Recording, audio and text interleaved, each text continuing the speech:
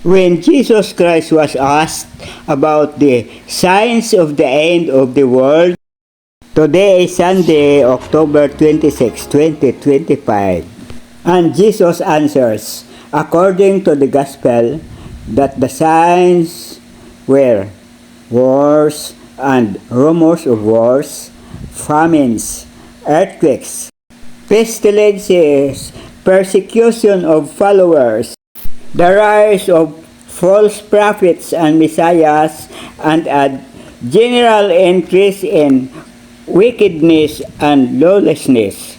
Additionally, Jesus prophesied signs in the heavens such as the sun being darkened and stars falling, leading to the visible signs of the Son of Man's return. Tonight at 9 o'clock on my YouTube channel, Stories of Uncle Paeng, I'm going to explain this in details and find a solution so that the end of the world will not happen. Please subscribe to my YouTube channel, Stories of Uncle Paeng, comment, like, and share, and thank you for watching. Have a nice weekend.